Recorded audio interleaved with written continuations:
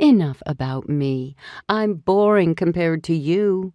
She turned to Madeline. "How do you know people have forensic instincts? You never mentioned having famous friends." Madeline played her part well. "Actually, Casey and I just met recently. The person I know is Marc Devereaux."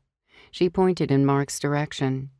"I knew him long before forensic instincts even existed. I was his attending nurse during my time in Bethesda. He was a Navy SEAL in those days.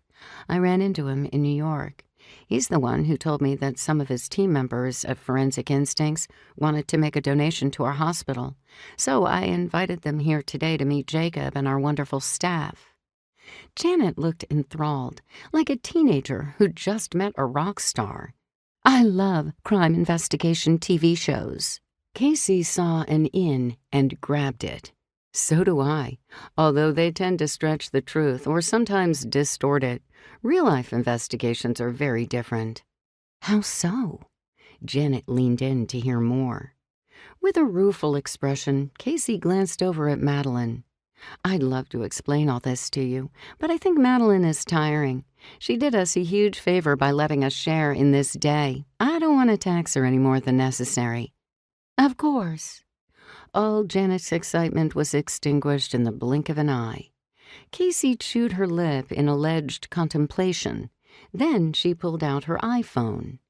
"Give me your cell phone number. I'll text you my contact information. Maybe we can get together for lunch."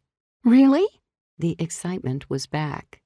Casey's thumb was poised and ready on her keypad. "Of course. As I said, this hospital and Madeline have been very good to us. If I can return the favor in any way, I'd be delighted." Janet rattled off her cell number in about 10 seconds. Casey added it to her contacts, then forwarded her own information to Janet. A trill of tones told her the text had been received. "It's here," Janet confirmed. She gave Casey a radiant smile. "May I text you later today?" "No problem. Just give me a sense of your schedule. I'll look at my calendar. We'll have lunch either this week or next." "Wonderful." "Let's get going, Madeline." Casey's concern was real as she saw how peaked Madeline had become. "We'll drop you off at home so you can rest." Madeline nodded. "Thank you." "It was great meeting you, Janet." Casey shook her hand. "You too. I can't wait for our lunch." The instant Janet released Casey's grip, she began scanning her electronic calendar. Good. The sooner this lunch happened, the better. In the meantime, Casey's work here was done.